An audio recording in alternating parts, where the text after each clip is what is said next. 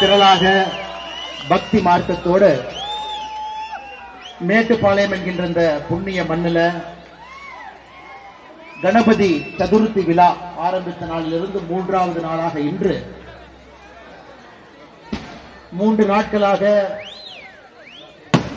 களிமண்ணை எடுத்து அதிலே கடவுள் செய்து அந்த கடவுளுக்கு உயிர் கொடுத்து எந்த தர்மத்திலும் இல்லாத ஒரு அற்புதமான விஷயம் இந்து தர்மத்தில் அதே கடவுளை 1வது நாள் 3வது நாள் 5வது நாள் 7வது நாள் 9வது நாள்ல அந்த ஊரில் இருக்கக்கூடிய மையப்பகுதியில் இருக்கக்கூடிய கரையில ஏரியில ஆற்றுல அந்த கடவுளை கரைத்து அந்த களிமண் மறுபடியும் ஊரினுடைய பொது பயன்பாட்டிற்கு கொண்டு வந்து அடுத்த ஆண்டு மறுபடியும் களிமண்ணிலிருந்து கடவுளை செய்து உயிர் கொடுத்து அந்த கடவுள் என்பவர் 365 நாட்களும் எல்லோருக்கும் பயன்பட வேண்டும்.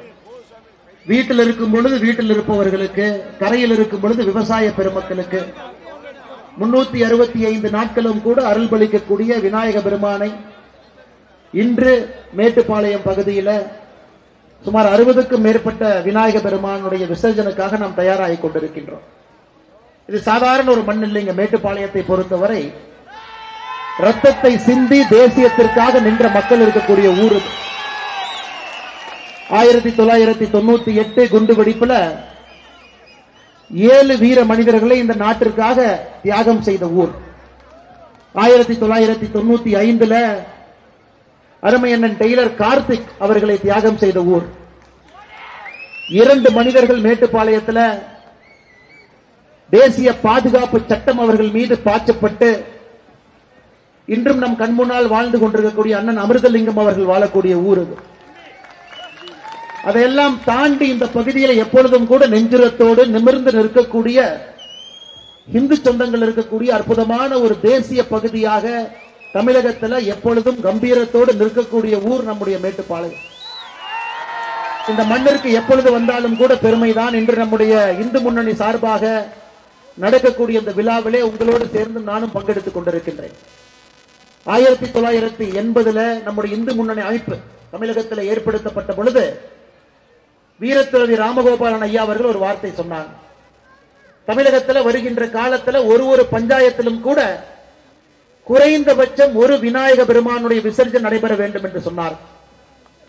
இன்னைக்கு திரும்பி பார்க்கும் பொழுது 25,000 பஞ்சாயத்து எல்லாம் தாண்டி லட்சக்கணக்கான விநாயக பெருமக்கள், பெரிய விநாயகராக 10 அடி, கைப்பிடி விநாயகராக வீட்டில் ஒரு மஞ்சத்தூளில தண்ணீரை கலந்து அதிலிருந்து வரக்கூடிய விநாயகராக பட்டி தொட்டி எல்லாம் ஐயா வீரத்துறவி ராமகோபாலன் அவருடைய கனவை நாம் நனவாக்கி விட்டோம்.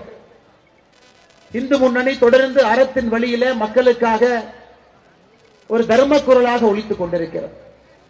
சமீபத்தில் மதுரையில இந்து முன்னணி அவர்கள் காடேஸ்வர சுப்பிரமணியன் அவர்கள் மாநில தலைவர், எல்லா நிர்வாகிகள் தொண்டர்கள் எல்லாம் இணைந்து நம்முடைய பாரத நாடே திரும்பி பார்க்கும் அளவுக்கு ஒரு முருகனுக்கு மாநாடு எடுத்து நம்முடைய தமிழகத்தை எல்லாம் பெருமைப்படுத்தி இருக்கின்றார்.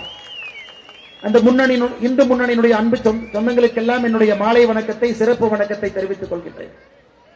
அன்பு சொந்தங்களே, இந்த நிகழ்ச்சி பொதுக்கூட்டம் நடப்பதற்கு மிக முக்கிய காரணமாக இருக்கக்கூடிய இந்த நிகழ்ச்சியினுடைய தலைமை பொறுப்பை ஏற்றிருக்கக்கூடிய இந்து முன்னணியினுடைய கோவை கோட்டத்தினுடைய செயலாளர் அருமையண்ணன் ராஜ்குமார் அவர்கள், முன்னிலை வகிக்கக்கூடிய கோயம்புத்தூர் வடக்கு மாவட்டத்தினுடைய செயலாளர் அருமையண்ணன் சதீஷ்குமார் அவர்கள், வரவேற்புரை நல்கிவிட்டு அமர்ந்திருக்கக்கூடிய கோயம்புத்தூர் வடக்கு மாவட்டத்தினுடைய துணைத் தலைவர் அண்ணன் தங்கவேல் அவர்கள், வாழ்த்துறை வழங்குவதற்காக வந்திருக்கக்கூடிய பாரதிய ஜனதா கட்சியினுடைய மாநில பொதுச்செயலாளர் ஏபி முருகானந்தம் அவர்கள், மேடையில் இருக்கக்கூடிய பாரதிய ஜனதா கட்சியினுடைய மாநில செயலாளர் அண்ணன் நந்தகுமார் அவர்கள், மேடையில் இருக்கக்கூடிய எல்லா இந்து முன்னணி இயக்கத்தினுடைய பொறுப்பாளர்கள், சிறப்பு அழைப்பாளர்களாக ஊர்வலகத்தை காவி கொடி அசைத்து துவங்கி வைப்பதற்காக வந்திருக்கக்கூடிய ரமேஷ் அண்ட் கம்பெனி நிறுவனத்தினுடைய உரிமையாளர் அண்ணன் சஞ்சய் சங்கலா அவர்கள், என்எஸ்சி பூண்டு மண்டியினுடைய தலைவராக இருக்கக்கூடிய மேட்டுப்பாளையம் அனைத்து இந்து சமுதாய சங்கத்தினுடைய தலைவராகவும் இருக்கக்கூடிய அண்ணன் என்எஸ்சி ஆறுமுகம் அவர்கள், சாய் சிருஷ்டி அமைப்பினுடைய தலைவராக இருக்கக்கூடிய அண்ணன் மனோகரன் அவர்கள், ஜிவி இன்டர்நேஷனல் ஹோட்டலுடைய உரிமையாளர் அண்ணன் மாதையன் அவர்கள், எம்ஜேஜே வெஜிடபிள்ஸ் அதனுடைய உரிமையாளர் எம்ஜேஜே மணி அவர்கள், ஜெய்ஹிந்த் டிரான்ஸ்போர்ட் அண்ட் சாரா இன்ஃப்ரா அதனுடைய உரிமையாளர் அருமை சகோதரர் ரஞ்சித் அவர்கள், இங்கு மிக முக்கியமாக வந்திருக்கக்கூடிய அன்பு சகோதர சகோதரிகள், தாய்மார்கள் எல்லோருக்கும் மறுபடியும் என்னுடைய வணக்கத்தை தெரிவித்துக் கொள்கின்றேன். அன்பு சொந்தங்களை, எதற்காக இந்த ஊர்வலம் தேவைப்படுகிறது? காவல்துறைக்கு தொந்தரவு கொடுப்பதற்காகவா? இல்ல விநாயகர் சதுர்த்தி ஆரம்பித்த நாளிலிருந்து ஒரு பந்தல்லும் ஒரு காவல்துறை நிற்கணும், இரவு நேரத்தில் ஒரு காவல்துறை, பகல் நேரத்தில் ஒரு காவல்துறை, ஊர்வலம் செல்வதற்கு ஒரு வண்டியில காவல்துறை, போகின்ற பாதையில் எல்லாம் ஆயிரக்கணக்கான காவல்துறை, அவர்கள் நிற்க வைப்பதற்காக நாம் ஊர்வலம் நடத்துகின்றோமா? தமிழகத்திலே இந்த நிலைமை கொண்டு வந்ததற்கு காரணம் யார்? எல்லா ஊரிலும் கூட அமைதியாக எந்தவித அடக்குமுறையும் இல்லாமல் நடைபெறக்கூடிய விநாயகர் சதுர்த்தியினுடைய ஊர்வலம் தமிழகத்தில் மட்டுமே. ஒரு புதிய விநாயகர் சிலையை ஒரு ஆண்டு புதிதாக வைக்க வேண்டும் என்றால் 1008 கட்டுப்பாடுகளை தாண்டி ஒரு விநாயகர் சிலையை கொண்டு வந்து வைக்க வேண்டும். 2021 திராவிட முன்னேற்ற கழகத்தினுடைய ஆட்சி வந்த பிறகு அந்த ஆண்டு உங்களுக்கு ஞாபகம் இருக்கும். விநாயகர் சிலை செய்கின்ற இடத்துல பிரச்சனை, கடையில வித்தா பிரச்சனை, வாங்கினா பிரச்சனை, வீட்டுல வச்சா பிரச்சனை, விசர்ஜனம் கொண்டு செல்வதற்கு பிரச்சனை. அதையெல்லாம் தமிழக மக்கள் கடுமையாக எதிர்த்து படிப்படியாக திராவிட முன்னேற்ற கழக அரசுக்கு பாடம் புகட்டி தமிழகத்தில் இந்துக்களுடைய குரல் மிக வலிமையாக ஒலிக்கும். அதை அடக்கு நினைத்தால், அது அடக்குமுறையாக மாற்ற நினைத்தால், அது மக்கள் அவருடைய கோபத்திற்கு எந்த அரசாக இருந்தாலும் கூட ஆளாக வேண்டும் என்பதை கடந்த 4 ஆண்டுகளாக அதை காட்டிக் கொண்டிருக்கின்றோம். 2026 தேர்தலுக்காக நாம் எல்லோரும் கூட ஆர்வமாக காத்துக் கொண்டிருக்கின்றோம். தமிழகத்தில் நம்மை அடக்கக்கூடிய குரலை ஒலிக்க வேண்டும், ஒடுக்க வேண்டும், சாமானிய மனிதர்கள் நிம்மதியாக இருக்க வேண்டும் என்பதற்காக காத்துக் கொண்டிருக்கின்றோம். இன்னைக்கு விநாயக ஊர்வலத்தை பொறுத்தவரை அரசினுடைய அடக்குமுறை தொடர்ந்து கொண்டிருக்கிறது. ஒரு சிலையை வைப்பதற்கு 1008 கேள்விகளுக்கு பதில் சொல்ல வேண்டியிருக்கு. நான் எப்பொழுதும் கூட காவல்துறையின் மீது பழிச்சொல்லை சொல்லக்கூடிய மனிதன் அல்ல. காவல்துறையை பொறுத்தவரை கைகள் கட்டப்பட்ட துறையாக, அரசினுடைய பேச்சை கேட்க வேண்டிய துறையாக மாறி இருக்கின்றார்கள். அது தவறு காவல்துறையின் மீது இல்ல. காவல்துறையை பொறுத்தவரை கம்பீரமாகத்தான் இருக்கிறார். ஆனால் அரசு என்னை காவல்துறையை ஏவல் துறையாக மாற்ற முயற்சித்து நிறைய பிரச்சனைகள் இருக்கு. அதனால் இந்த ஆண்டு காவல்துறை நண்பர்கள் அவர்கள் கடினமான பணிச்சுமை தான் நாம சொல்லிட்டு போயிடலாம். ஆனா காவல்துறையை பொறுத்தவரை இரவு நேரத்தில், பகல் நேரத்தில் கடினமான பணிச்சுமை. ஆட்சிகள்லாம் மாறி காட்சிகள்லாம் மாறும் பொழுது மிக அமைதியாக எந்தவித அடக்குமுறையும் இல்லாத ஒரு விநாயகர் சதுர்த்தி ஊர்வலத்திற்காக நாம் எல்லாம் காத்துக் கொண்டிருக்கின்றோம். மகாராஷ்டிராவில் 1,50,000 1,00,000 மும்பையில மட்டும், மகாராஷ்டிரால மும்பையில மட்டும் 1,50,000 விநாயகர் சதுர்த்தி அன்னைக்கு 9 நாட்கள்ல விநாயகரை விசர்ஜனை செய்யறாங்க. 1,50,000. எங்கேயாவது பிரச்சனை நடக்குதா? எங்கேயாவது அடக்குமுறை நடக்குதா? காவல்துறை இவ்வளவு கிடுக்குப்பிடி போடுறாங்களா? எங்கேயும் கிடையாது. ஏன்னா பிள்ளையார் சிலையை உடைச்சவங்க தான் இன்னைக்கு ஆட்சியில் இருக்கிறாங்க. பிள்ளையாரை பிடிக்காதல்ல அவங்களுக்கு. பிள்ளையார் சிலையை உடைத்து தப்பி தவறி ஆட்சியில் அமர்ந்திருக்கின்றார்கள். 2021 அடக்குமுறை ஆரம்பிச்சாங்க, இன்னும் பார்த்து கொண்டிருக்கின்றார்கள். இதெல்லாம் நீங்க கவனிக்கணுங்கம்மா, கேட்கணும். ஏன்னா பாலகங்காதர திலக் அவர்கள் 1893 இது போன்ற கூட்டங்களை எல்லாம் எழுச்சி பேரணியாக மாற்றினார். பிரிட்டிஷ் காலகட்டத்தில் 1893 விநாயகர் பந்தலை அரசியலாக மாற்றியது நம்முடைய திலகர் அவர். அரசியல் இன்னைக்கு இருக்கிற மாதிரி கேடுகட்ட அரசியல் இல்லைங்க. மக்கள் சக்தியாக அந்த அரசியலை மாற்றி ஆங்கிலேயர்களுக்கு எதிராக குரலை உயர்த்த வைத்து ஒரு விநாயகர் பந்தலையும் கூட தேசபக்தி எழுச்சியை கொண்டு வந்து அன்று ஆரம்பித்த அந்த போராட்டம் இன்றும் நடந்து கொண்டிருக்கிறது.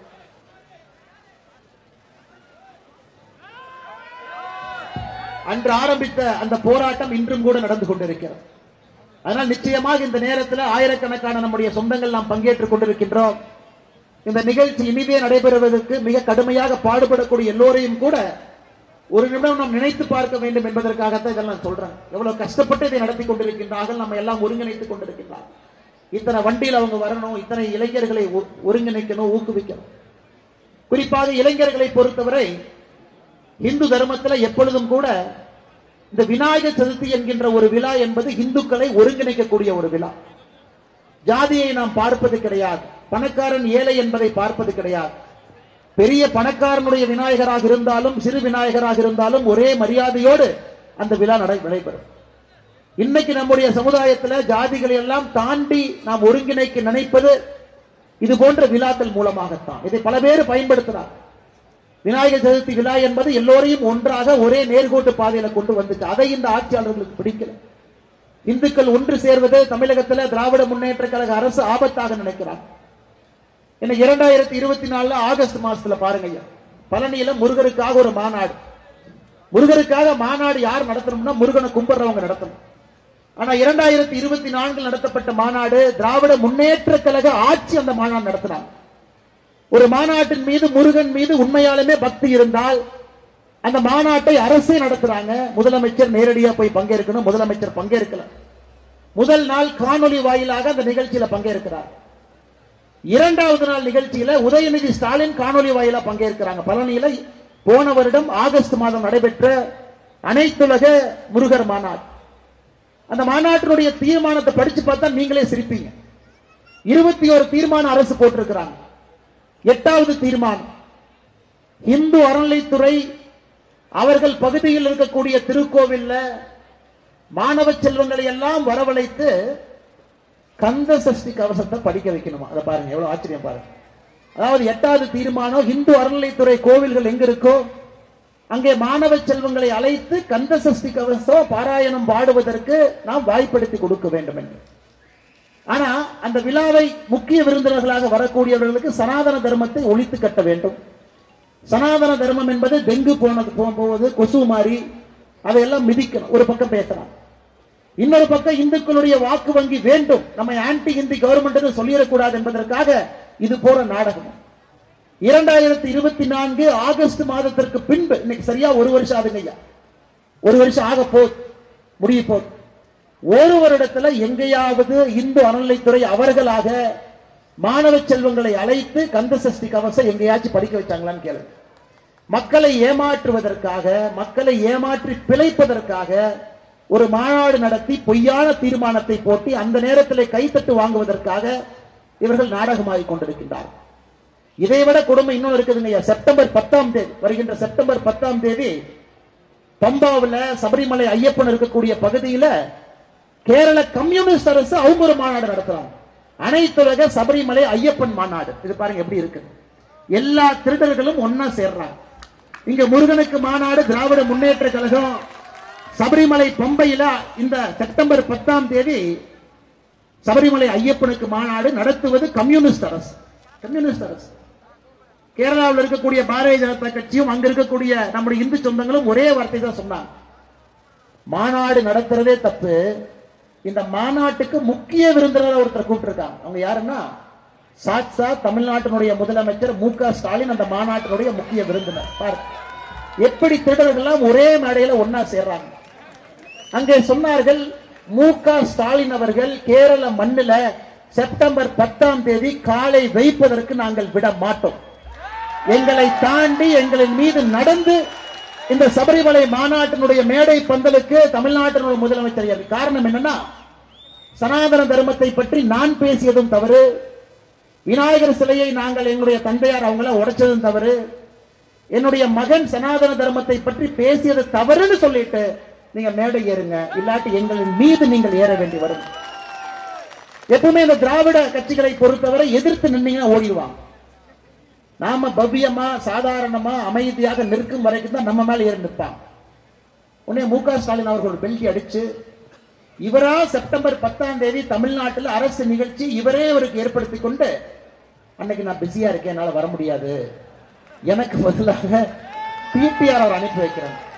இன்னைக்கு தமிழ்நாட்டில் நம்ம அண்ணன் பிடிஆர் பழனிவேல்ராஜன் அவர்கள் தான் பக்கரா, கோயில் ஆடு வெட்டுமா பிடிஆர் அனுப்பு, எப்படி இருந்தாலும் 2026 அந்த ஆட்டு அனுப்புறது தான். இன்னைக்கு பிடிஆர் அவர்களை பொறுத்தவரை அவர் இன்னைக்கு அந்த மாநாட்டுக்கு செப்டம்பர் 10ஆம் தேதி பம்பைக்கு போறாரு. என்ன ஆகுதுன்னு எனக்கு தெரியாது. அவர் இவரே ஸ்கேப் இவரை கோர்த்து விட்டார். எதற்காக இதெல்லாம் சொல்லுகின்றாலுங்க, நமக்கு பக்கத்து மாநிலத்தில் எப்படி அரசியல் இருக்கிறது என்பதையும் நாம் உணர்ந்து கொள்ள வேண்டும். இன்னைக்கு இந்துக்கள் எல்லாம் ஒருங்கிணைந்து விட்டார்கள், வலிமையடைந்து விட்டார்கள். இந்து என்கின்ற வாக்கு வங்கி இந்தியாவிலே உருவாகிவிட்டது என்பது தெல்ல தெளிவாக தெரிகிறது. அதை நோக்கி ஒரு அரசியல் கட்சியும் படையெடுக்கிறாங்க, வேஷம் போடுறாங்க, மாநாடு நடத்துறாங்க. இன்னைக்கு மதுரையில எத்தனையோ பேர் மாநாடு நடத்திட்டாங்க. சமீபத்தில் யாரு மாநாடு நடத்தினாங்கன்னு உங்களுக்கு தெரியும். ஆனா மதுரையிலே எத்தனை மாநாடு நடத்தினாலும் சரித்திரத்திலே இந்து முன்னணியினுடைய முருகர் மாநாடு மட்டும்தான் நிற்கும். கட்டுக்கோ லட்சக்கணக்கான மனிதர்கள் மாநாடு நடைபெறுவதற்கு முன்பு வந்து ஆறுபடை முருகனையும் தரிசனம் செய்துவிட்டு போயிருக்கிறாங்க. அன்னைக்கு மட்டும் குறைந்தபட்சம் 7.5 லட்சம் பேர் மாநாட்டுக்கு வந்து பார்த்துட்டு அமைதியாக அவங்களே வீட்டுல கிளம்பி. ஆச்சரியம் பாருங்க, இந்து முன்னணி நடத்தக்கூடிய முருகர் மாநாட்டுக்கு எல்லாம் தமிழ்நாட்டை பொறுத்த வரைக்கும் அரசியல்வாதிகளுக்கு பெருமை என்னன்னா, தீபாவளிக்கு பொங்கலுக்கு ஒரு நடிகருடைய படம் ரிலீஸ் ஆனா 100 கோடி வசூலாச்சா, 50 கோடி வசூலாச்சா. தீபாவளிக்கு பொங்கலுக்கு டாஸ்மார்க்ல எவ்வளவு வசூலாச்சு. ஆனா முருகர் மாநாடு நடத்தப்பட்ட மதுரையில அங்க சுத்தி இருக்கக்கூடிய டாஸ்மார்க் கடையில ₹1 கூட வருமானம் அதிகரிக்கவில்லை. என்ன சொல்றாங்க? எப்படிப்பட்ட கூட்டம் நம்மோடு இருக்கின்றார்கள், எப்படிப்பட்ட மனிதர்கள் நம்மோடு இருக்கின்றார்கள். இதெல்லாமே பாடம். தமிழகத்தில் இருக்கக்கூடிய அரசியல்வாதிகளுக்கு, நிறைய அரசியல் கட்சிகளுக்கு இது ஒரு பாடம். கட்டுக்கோப்பாக இந்து மக்கள் எப்படி இருப்பார்கள், அவருடைய நடவடிக்கை எப்படி இருக்கும் என்பதற்கு நல்ல ஒரு பாடம். அவங்களே மாநாடு முடிச்சுட்டு ஒரு மாநாடு நடத்துனீங்க, 1 லட்சம் சேர் போட்டீங்கன்னா குறைந்தபட்சம் ஒரு 600-700 சேர் உடையும், 1000 சேரே உடையும். இந்த மாநாட்டில் அவ்வளவு லட்சக்கணக்கான சேர் போட்டு ஒரு சேர் உடையல. மக்களே வந்து சேர் எடுத்து வச்சுட்டு போறாங்க, மக்களே அதை சுத்தம் பண்ணிட்டு போறாங்க. வீட்டுல கட்டு சாதத்தை கட்டிவிட்டு வந்து அவர்களே சாப்பிட்டு பொறுமையா போறாங்க.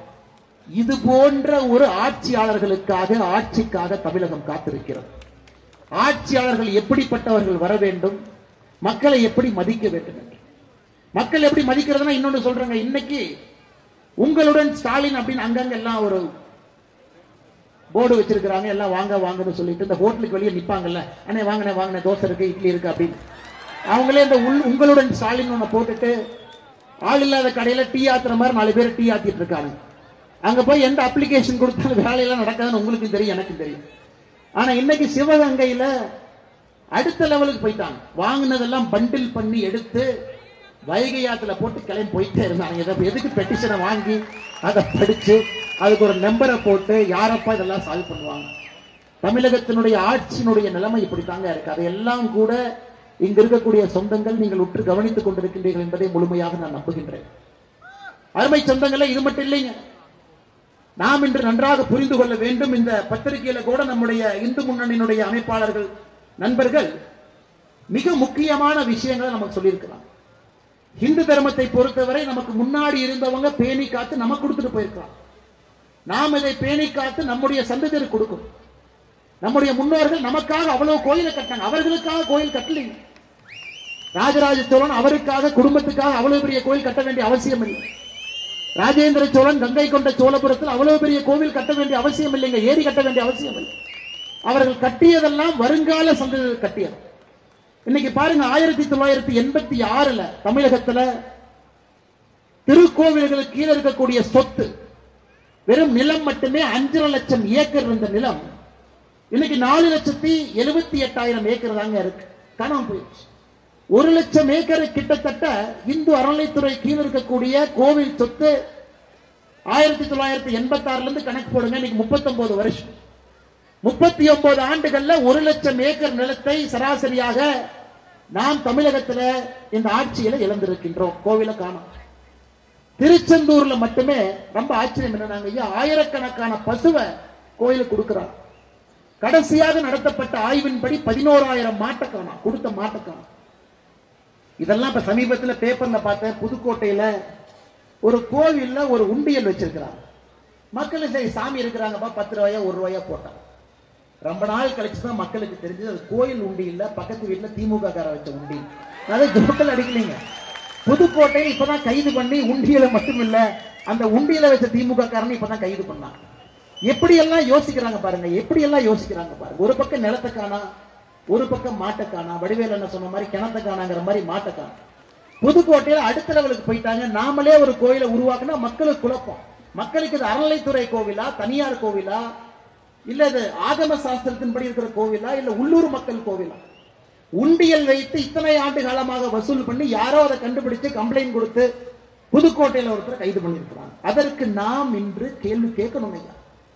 1 லட்சம் ஏக்கரை 39 வருஷத்துல இழந்துட்டோம்னா இன்னும் மிச்சம் இருக்கிறது 4,78,000 ஏக்கர். நம்முடைய பேர குழந்தை கேட்கும். இன்னைக்கு ஒருத்தர் மதுரையில சொல்றாரு, அங்கிள் அங்கிள். அங்கிள்கிட்ட அவர் கேட்க வேண்டிய கேள்வி இதான கேட்கணும். அங்கிள்கிட்ட அவர் கேட்க வேண்டிய கேள்வி, 1 லட்சம் ஏக்கர் கோவில் நிலத்தை காண அங்கிள், எங்க அங்கிள் போச்சுன்னு கேட்கணும். அதை விட்டுட்டு அங்கிள்கிட்ட எதோ கேள்வி அந்த அங்கிள் கேட்டுட்டு இருக்கார். 2 பேரும் அங்கிள் தான், யாருல வந்து இளைஞர் ரெண்டு அங்கிள் மாத்தி மாத்தி அவர்களுக்குள்ள இந்த அங்கிள் இவரு கேட்கிறாரு, இந்த அங்கிள் அவரு கேட்கிறாரு. இதை கேட்க வேண்டிய கடமை நமக்கு இருக்கு. 2 அங்கிள் ஒதுங்கி போங்க, இந்த 1 லட்சம் ஏக்கருக்கு முதல்ல எங்களுக்கு அக்கௌண்ட் கொடுங்க. அடுத்து பாருங்க, 17,000 கோவில்ல ஒரு கால பூஜை கிடையாது. ஒரு கால பூஜை. இன்னைக்கு இந்து அறநிலைத்துறை இருக்கக்கூடிய மொத்தம் 4,78,000 ஏக்கர் காணாம போன ஏக்கர்லாம் விட்டுட்டு 4,78,000 ஏக்கர் சம்பாதிக்கக்கூடிய சொத்துக்களின் மூலமாக வெறும் 300 கோடி ரூபாய். திருப்பதி ஏழுமலையான் உங்களுக்கு தெரியுங்க ஐயா, திருப்பதி ஏழுமலையான் தமிழ்நாட்டில் உங்களுக்கு இத்தனை கோயில் 46,000 கோயிலை சேர்க்கிறேன். திருப்பதி ஏழுமலையான சமீபத்தில் ஸ்டேட் பேங்க் ஆஃப் இந்தியா மதிப்பீடு செய்தாங்க. ஏழுமலையான் கோவிலுடைய சொத்து என்ன, வங்கியில எவ்வளவு இருக்கு, தங்கம் எவ்வளவு, இந்தியாவில் 970 இடத்துல ப்ராப்பர்ட்டி வச்சிருக்கிறாங்க, தமிழ்நாட்டில் கோயில் வச்சிருக்கிறாங்க. 2,50,000 கோடி ரூபாய் திருப்பதி ஏழுமலையானுடைய மொத்த மதிப்பு. கோவில் சொத்து, வங்கியில் இருக்கக்கூடிய பணம் 970 இடத்துல அவர்கள் இருக்கக்கூடிய 2,50,000 கோடி. தமிழ்நாட்டினுடைய மொத்த பட்ஜெட் 3 லட்சம் கோடி. கணக்காக ஒரு கோவிலை சிறப்பாக நடத்தினால் அந்த கோவிலுடைய சொத்து மதிப்புக்கு ஏழுமலையான் ஒரு உதாரணம். தமிழ்நாட்டில் 4,78,000 ஏக்கரும் சேர்ந்து போன ஆண்டு தமிழக மக்களுக்கு கோவில் மூலமாக வந்த வருமானம் வெறும் 300 சில்லற கோடி, 330 கோடி ரூபாய் சராசரியா வந்துச்சுங்க. ஏன்? கோவில் நிலத்தை போய் பார்த்தீங்கன்னா நல்லா பாருங்க, ஆர்டிஐ போட்டு பாருங்க. திமுக காரங்க ஒரு கடை கட்டி இருப்பான், 99 வருஷத்துக்கு லீஸ் போட்டு எடுத்திருப்பாங்க. ஒரு மாதத்திற்கு வாடகை 1 ரூபாய் இருக்கக்கூடிய கட்டடங்கள் இருக்கு. ஒரு மாதத்திற்கு வாடகை. அதான் கேள்வி கேட்கணும். அந்த சொத்துக்களை மீட்கணும், நியாயமான வருமானத்தை பெருக்கணும்.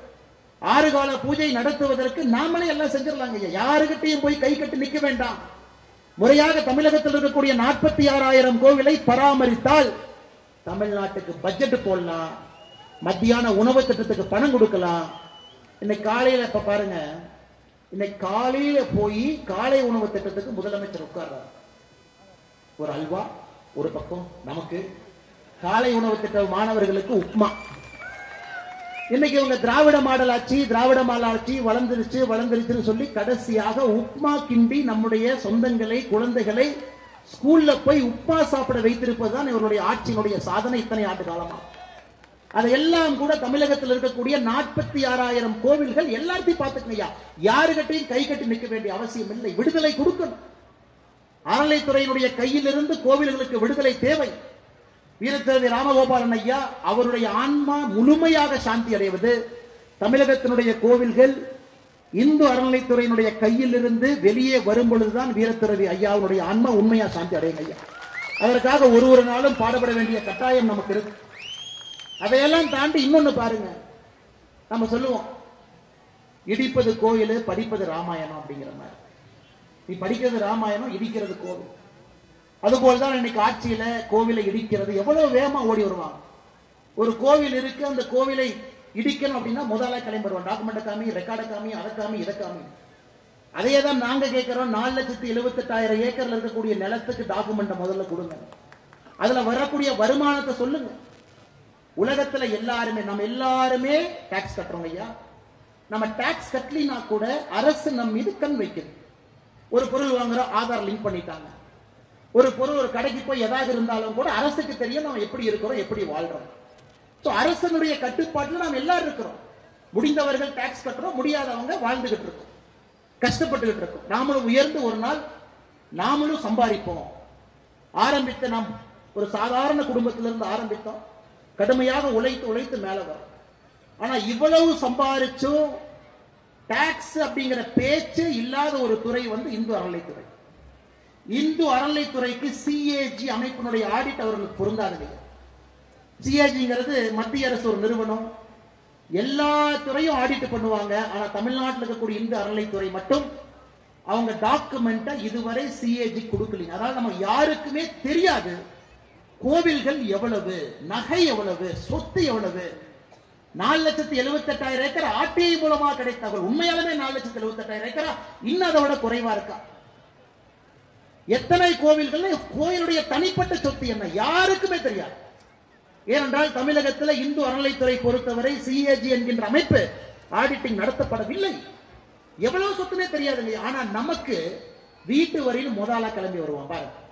இந்த பில்டிங் இப்படி கட்டின, வீட்டுல முன்னாடி இழுத்து இருக்கிற, வீட்டு வரி நீ கொடுக்கணும். குடிசை வீடா இருந்தாலும் வீட்டு வரி போட ஆரம்பிச்சிட்டாங்க. யாரா இருந்தாலும் வீட்டு வரி கொடுக்கணும். ஆனா நம்முடைய பொது சொத்தாக இருக்கக்கூடிய கோவில்ல என்ன வரி என்பதற்கு யாருக்கும் தெரியாது. அதையும் இந்து முன்னணி அமைப்பினர் என்ற கேள்வியா கேட்டிருக்கிறார். முதல்ல ஆடிட்டிங் பண்ணுங்க, சொத்தினுடைய தகவலை கொடுங்க, மக்களுக்கு தெரியட்டும். அவர்கள் முன்னோர்கள் கட்டிய கோவிலுடைய மதிப்பு என்ன, எவ்வளவு பொருள் உள்ள இருக்கு, எவ்வளவு தங்கம் இருக்கு. இது பேச பேச தங்கத்தை உருக்க ஆரம்பித்திருக்கின்றார். தங்கத்தை உறுதி என்ன பண்றேன்னா அதுல வர்ற வருமானத்தை வச்சுதான் அரசு நடத்துறது. இதை விட வெட்கக்கேடான செயல் இந்தியால எங்கேயுமே கிடையாது. பீகார்ல அவன் தங்கத்தை உருக்கிறது கிடையாது, உத்தரப்பிரதேச தங்கத்தை உருப்பது கிடையாது, ஜார்க்கண்ட்ல அவன் தங்கத்தை உருக்கிறது, பட்டினிச்சாவி நடக்கக்கூடிய மாநிலத்தில் கூட கோவிலுடைய தங்கத்தை உருக்குவது கிடையாது. தமிழகத்துல மட்டும்தான் கோவிலுடைய தங்கத்தை உருக்குறாங்க. அது தங்கத்தை உருக்கின கணக்கு கிடையாது. எவ்வளவு தங்கத்தை உருக்குனீங்க தெரியாது. உருக்கின தங்கம் எந்த பேங்க்ல வச்சிருக்கிறீங்க சொல்லல. அதுல வட்டி எவ்வளவு வருது தெரியாது. அந்த பணத்தை எதற்கு பயன்படுத்துறீங்க தெரியாது. ஆனா நம்மளை ஏமாற்றுவதற்கு ஒரு முருகர் மாநாடு.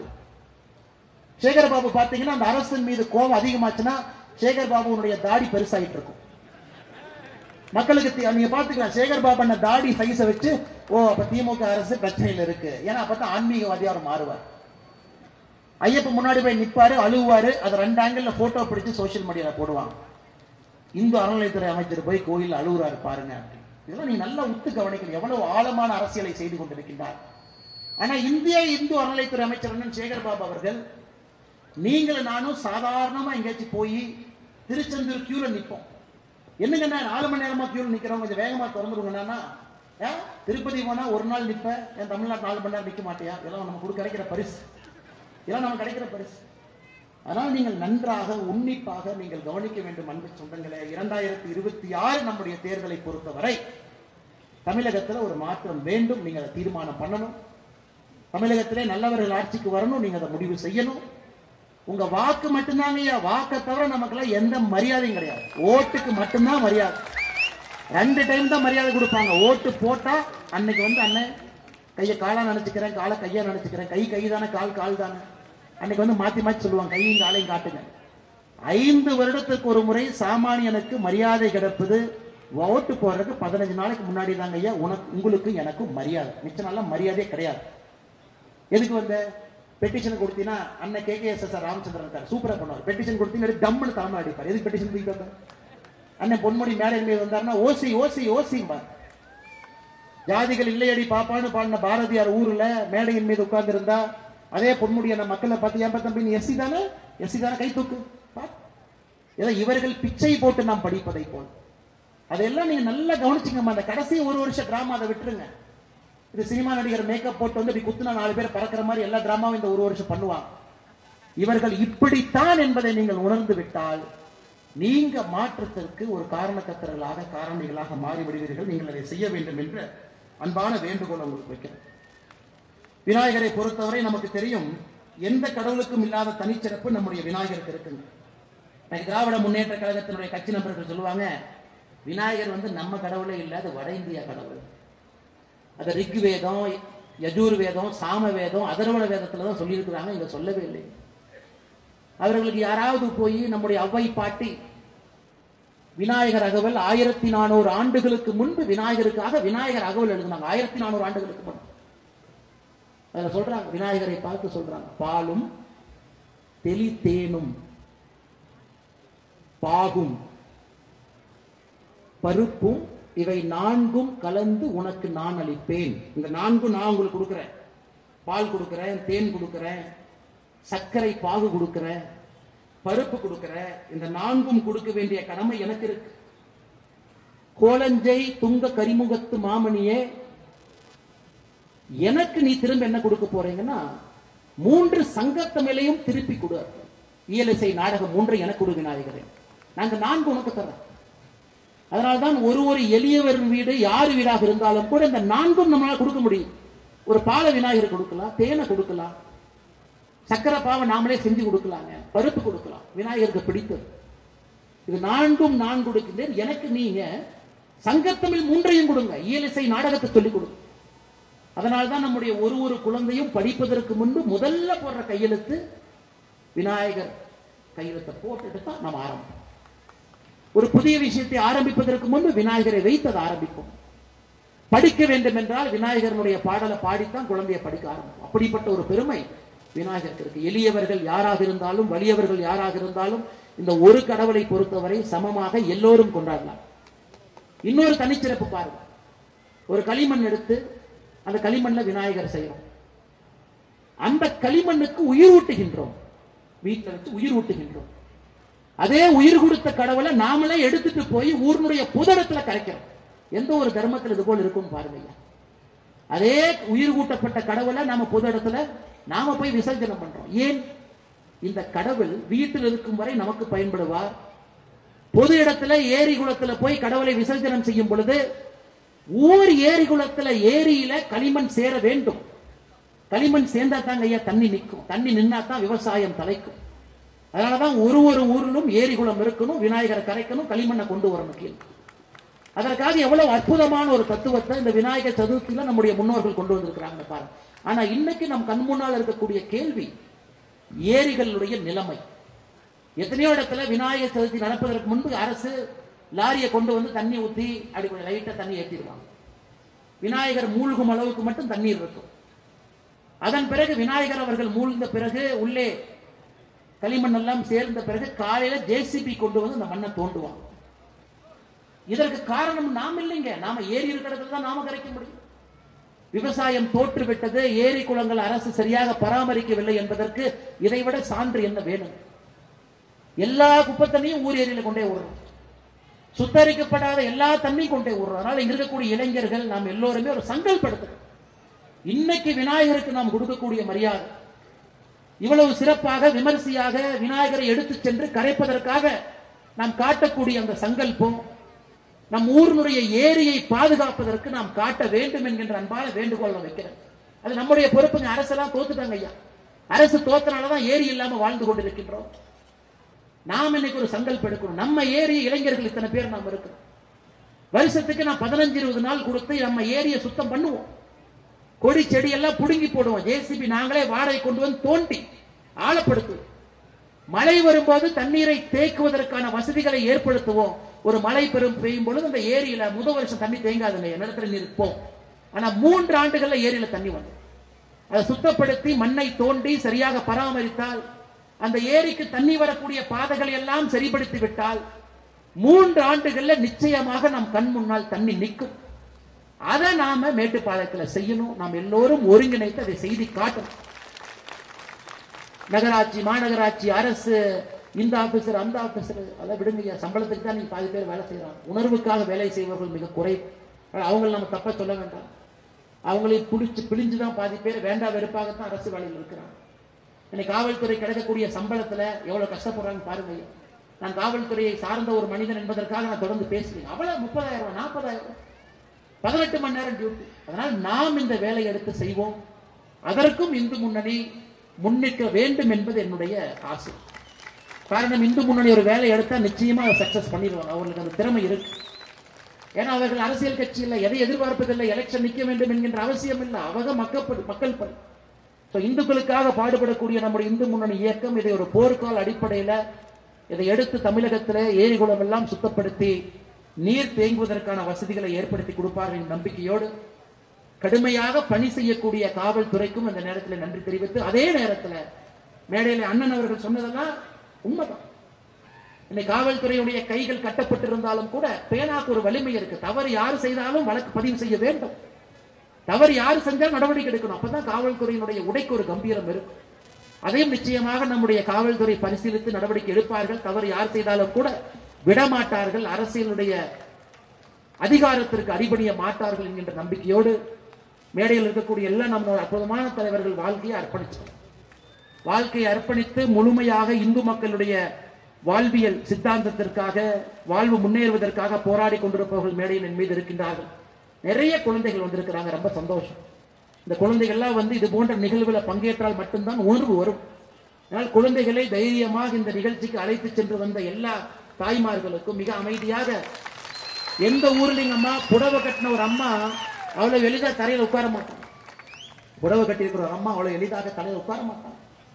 ஆனா இந்த இயக்கத்துல நம்முடைய இந்து மக்கள், நம்முடைய சொந்தங்கள் தைரியமாக பெண்கள் வந்து தரையிலே அமர்வார்கள், குழந்தையை கூட்டிக் கொண்டு வருவார்கள். இந்த நிகழ்ச்சி நமக்காக நடக்கக்கூடிய நிகழ்ச்சி, அறத்தின் சாட்சியாக நடக்கக்கூடிய நிகழ்ச்சி என்கின்ற நம்பிக்கை வைத்து இங்க வந்திருக்கக்கூடிய எல்லா தாய்மார்களுக்கும், நம்முடைய மூத்தவர்கள் அவங்க நிறைய பார்த்துட்டாங்க, குண்டுவெடிப்பு பார்த்துட்டாங்க, கலவரத்தை பார்த்துட்டாங்க, நம்பிக்கையோடு இருக்கின்றார்கள். தமிழகத்திலே மாற்றம் வரும், நம்பிக்கையோடு இருக்கின்றார்கள். இந்து குரலுக்கு ஒரு நாள் இந்த மண்ணிலே சத்தியம் இருக்கும் என்கின்ற நம்பிக்கையோடு வந்திருக்கக்கூடிய மூத்தவர்களுக்கு, பெரும் திரளாக வந்திருக்கக்கூடிய இளைஞர்களுக்கு பொறுப்பு அதிகமாக உங்களுக்கு இருக்கிறது.